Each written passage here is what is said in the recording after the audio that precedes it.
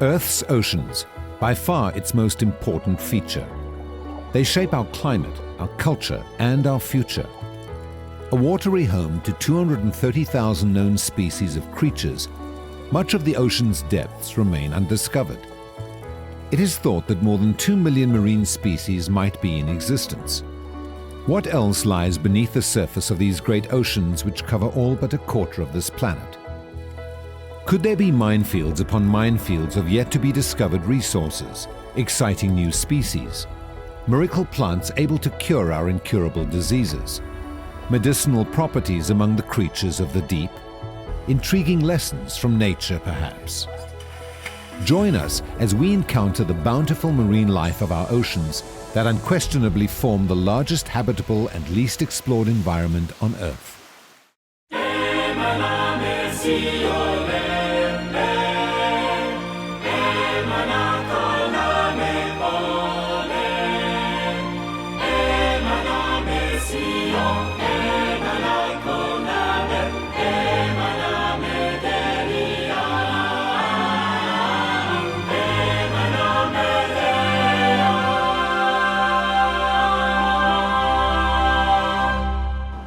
Under the ocean lies many fascinating untold stories. And in this episode, we take a look at life under the sea.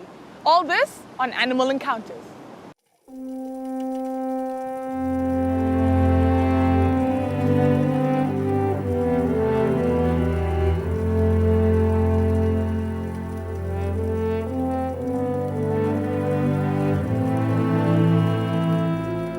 We seem to have the impression that our expansive oceans are pristine wonderlands. Under the surface, however, this is unfortunately not the case. Here too, as on land, the human footprint is far too obvious. Picture for a moment an empty ocean. No fish or marine life, perhaps only some lonely spirals of seaweed, calcified coral, and endless water. Unrealistic? Not really. If we continue the way we do, this could become a reality all too soon, and then we'd be in trouble. On the other hand, if we all pull together and stem the tide of human greed, we could perpetuate the ocean's beauty, such as these sights, recorded off the coast of the spectacular Seychelles, in the warm Indian Ocean islands off the east coast of Africa.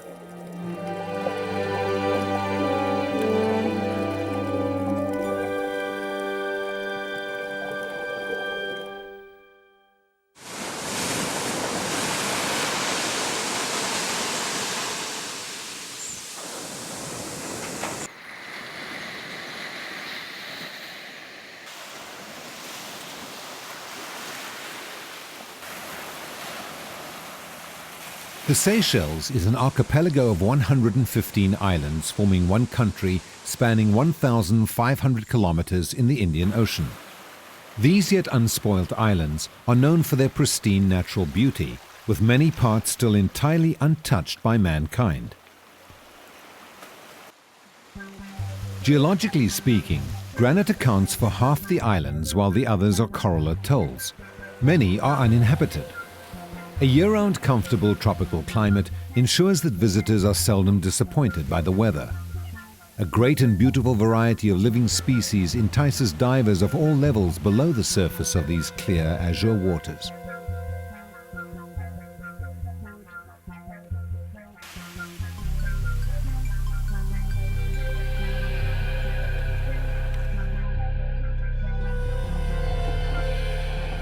We have decided to make the island of Praslin our base.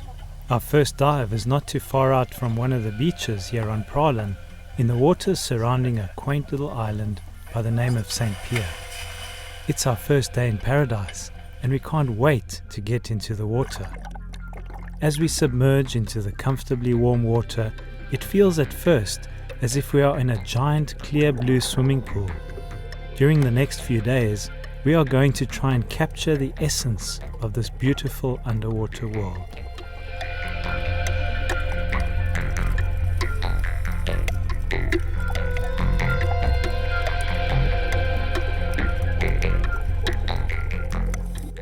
Releasing up to 70% of the oxygen on the planet and producing nourishment for billions of people, we must accept that the oceans are truly our life support system. Large bodies of water in the form of currents move around the planet, controlling the Earth's climate. A healthy ocean equals a healthy planet. We cannot survive without this engine producing vital quantities of food, medicine, and jobs.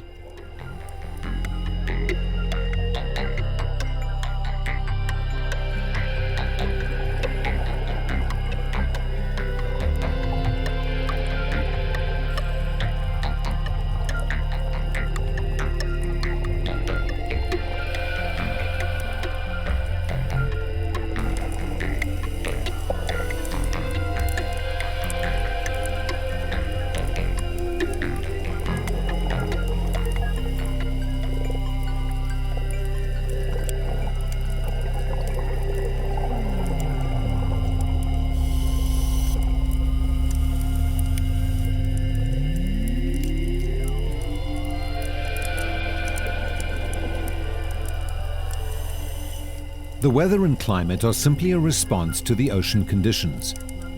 Without the ocean, our planet would not be habitable. The ocean absorbs and releases heat so that our days are not too hot and our nights are not too cold. Our water and air are recycled by the ocean, and 48% of the carbon inserted into the atmosphere by mankind is absorbed by the ocean. It is essential for life on Earth, and we need to be good stewards of this precious part of the Earth.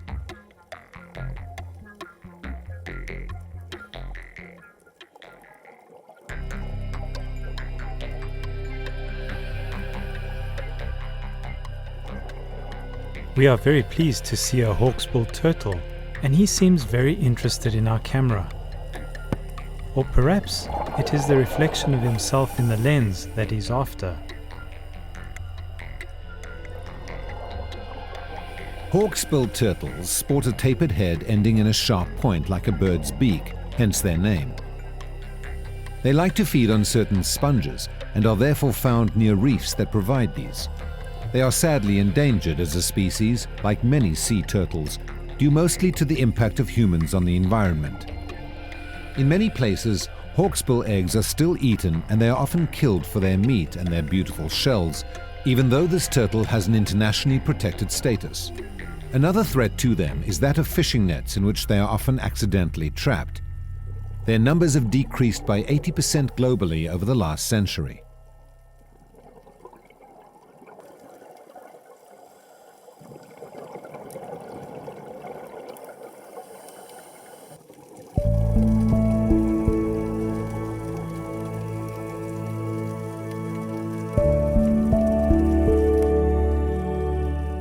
Scuba diving is a unique experience. It's almost like flying. When I'm below the surface of the water, I'm in a three-dimensional plane. I can move up, down, left, right, forward, even backward. It's a little like going into space and escaping the terrestrial forces. There's no gravity, and the state of neutral buoyancy leaves me feeling free to go with the flow of the currents. Something else that I like is the absolute quietness. Quiet in terms of leaving behind the noise of the terrestrial world, but not void of sound. I hear my breathing and I hear bubbles. I also hear the parrot fish as they scrape morsels of algae off the coral. There are no cell phones down here. Emails will have to wait. For the next 30 to 50 minutes, I will be alone with my thoughts in this enchanting world.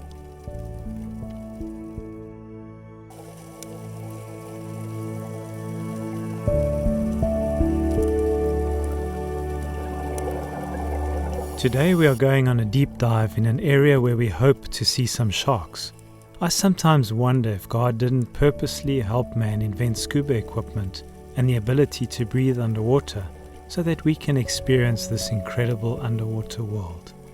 It amazes me that this cylinder that sits on my back continues to supply me with the breath of life. As we descend deeper and deeper, the color range shifts toward the blue end of the scale. With water being 800 times denser than air, this density absorbs the short-frequency light rays very quickly. To our eyes, these yellow Moorish idols have lost much of their bright, warm color.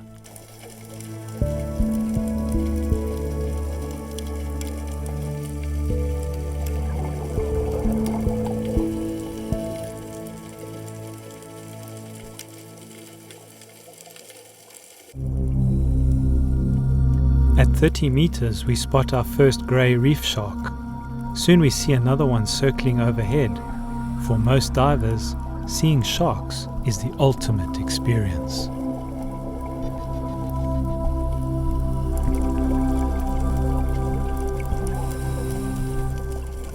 Grey reef sharks are found from Easter Island in the east to South African waters in the west. They are one of the most common reef sharks in the Indo-Pacific Ocean and feed mainly on free-swimming bony fishes and cephalopods. Grey reef sharks are fast-swimming and agile predators.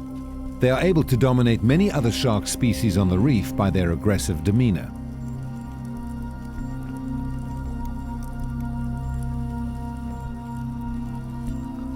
Batfish would do well in a personality contest on the reef. They always manage to impress, whether swimming alone or in a school.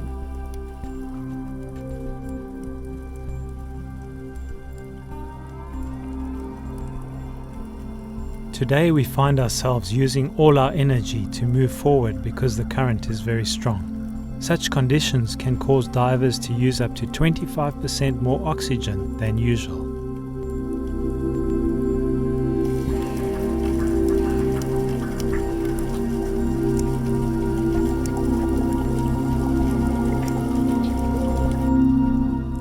Our air is running low and we realize that we need to make our way to the surface.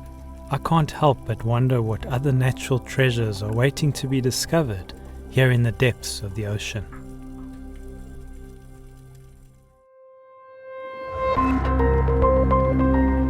It is also wonderful to discover what the shallow waters have to offer. By putting on a mask and snorkel, you can easily venture out into water that is only a meter deep. These shallow waters, with abundant sea plants, contain an entirely different ecosystem, and the colors seem so much brighter. This is also often the nursery for all types of fish and other sea creatures, the place where they grow up before venturing into the deep blue sea.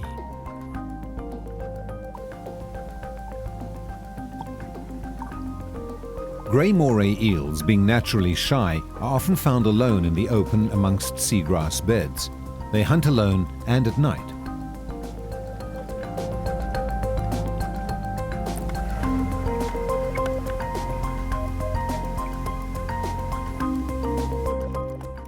Squirrelfish also tend to be nocturnal and shelter in caves or under ledges during the daytime. Any disturbance causes them to emit a clearly heard staccato sound. This ability to chatter and its large eyes are characteristics which lend themselves to the name squirrelfish. Goldbar wrasse swim very quickly and seem to be continually on the lookout for food.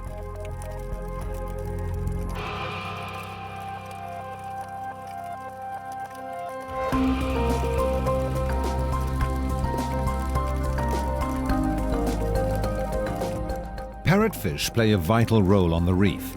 As they feed, they assist in the production and distribution of coral sands in the reef biome. This helps prevent algae from choking the coral.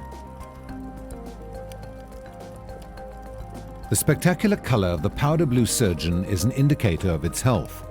The intensity of the color indicates its level of wellness.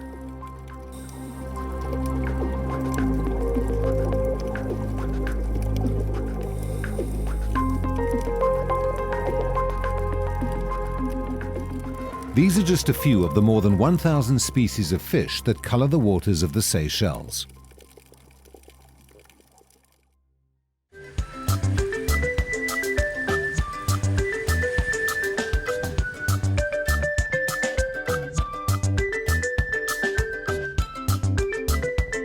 Only half an hour's ferry ride from Praslin brings you to La Digue, where it feels like you've gone back in time.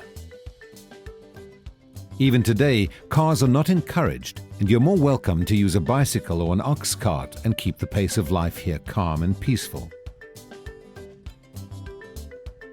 Among the fragrant vanilla orchards and white island ponies, this timeless oasis is also characterized by the great granite outcrops on the soft sandy beaches, which hint at the colorful, teeming reefs below the waters.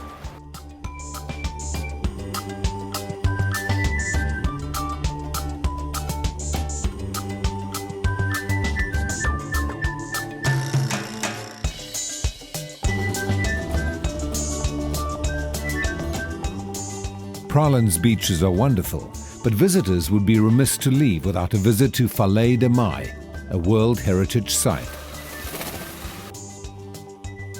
Coco de Mer palms dominate the landscape amid other tropical beauties.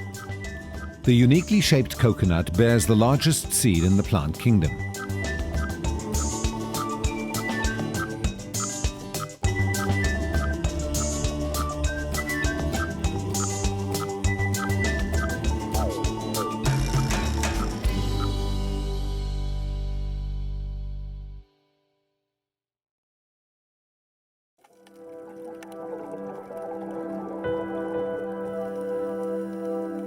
Coral bleaching is a great threat to the world's coral reefs.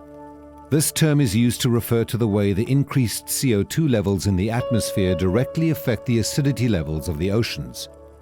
This same phenomenon is responsible for the climate changes we see. Of all the ecosystems on Earth, some of the most biologically productive and diverse are our coral reefs. A quarter of all marine life live off them, even though they occupy less than 1% of the ocean's surface. Coral reefs represent coral communities of sea creatures that depend on each other for survival. This beneficial living together is a great example of symbiosis.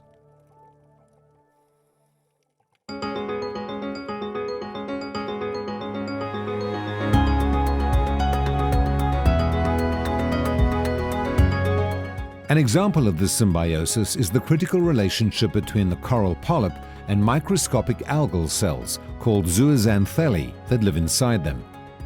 The presence of zooxanthellae in the coral's tissue means that corals can use the photosynthetic ability of the zooxanthellae to capture the sun's energy, like a plant during the day, and feed on suspended particles and plankton in the water that they capture with their tentacles and digest, like an animal, at night.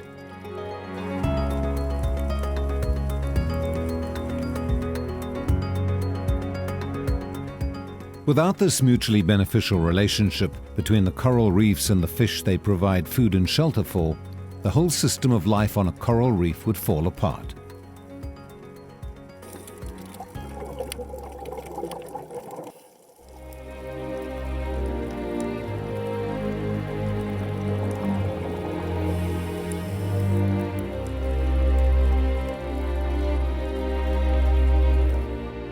These reefs should be seen as the rainforests of the sea and should be protected. Imagine the medicinal discoveries that may still emanate from them. Apparently, 1/2 of all new cancer drug research focuses on marine organisms.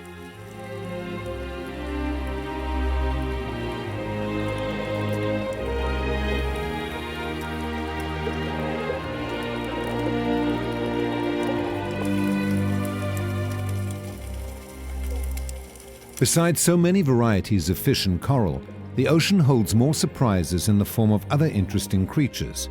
There are over 1,800 species of starfish and over 3,000 species of nudibranchs, or sea slugs, not to mention the beautiful sea fans or gorgonians, which are found throughout the oceans of the world, especially in the tropics and subtropics.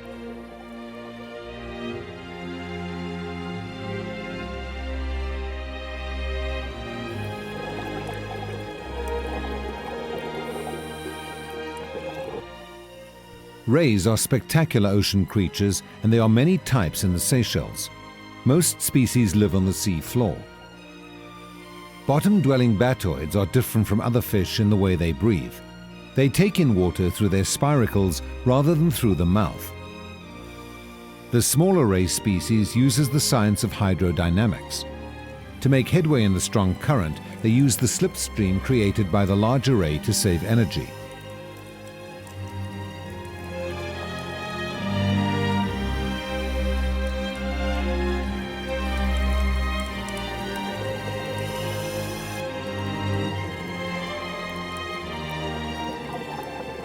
Octopuses are known and named for their 8 arms, usually featuring suction cups. Most octopus species have no internal skeleton, allowing their almost entirely soft bodies to squeeze through tight places.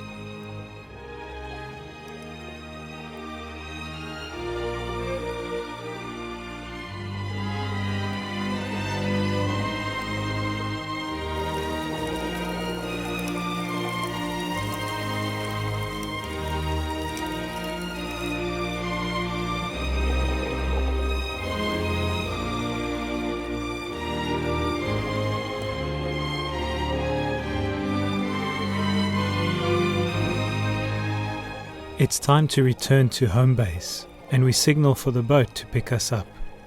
When I see how the symbiotic relationships on the coral reef not only ensure survival, but also bring happiness and quality of life, I feel sure that this didn't just come about by chance.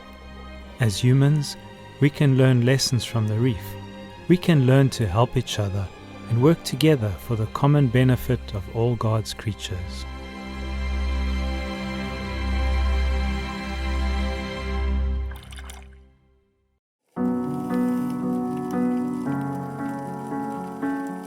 When I look at the ocean, I see exquisite patterns.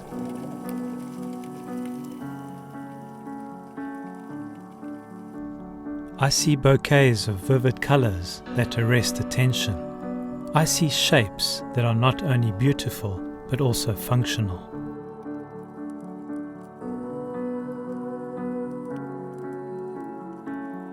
I see intricate design, colors carefully placed to make an impact.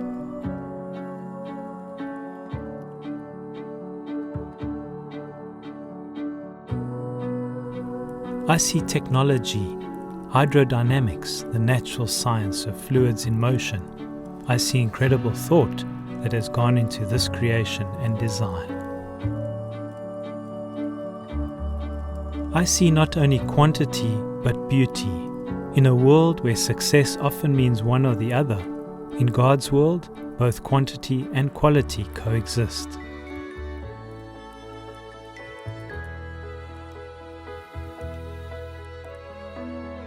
I see personality, each type of fish with unique characteristics.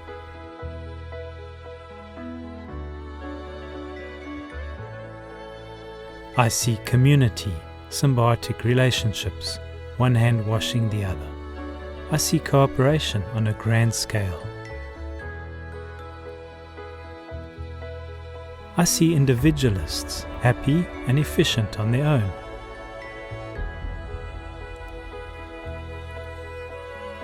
I see humor, funny faces and playful streaks. And I see majesty and dignity in the great creatures of the deep. Even in this hidden world under the ocean, I cannot help but see a mighty creative hand. I see God's creation, and I am in awe.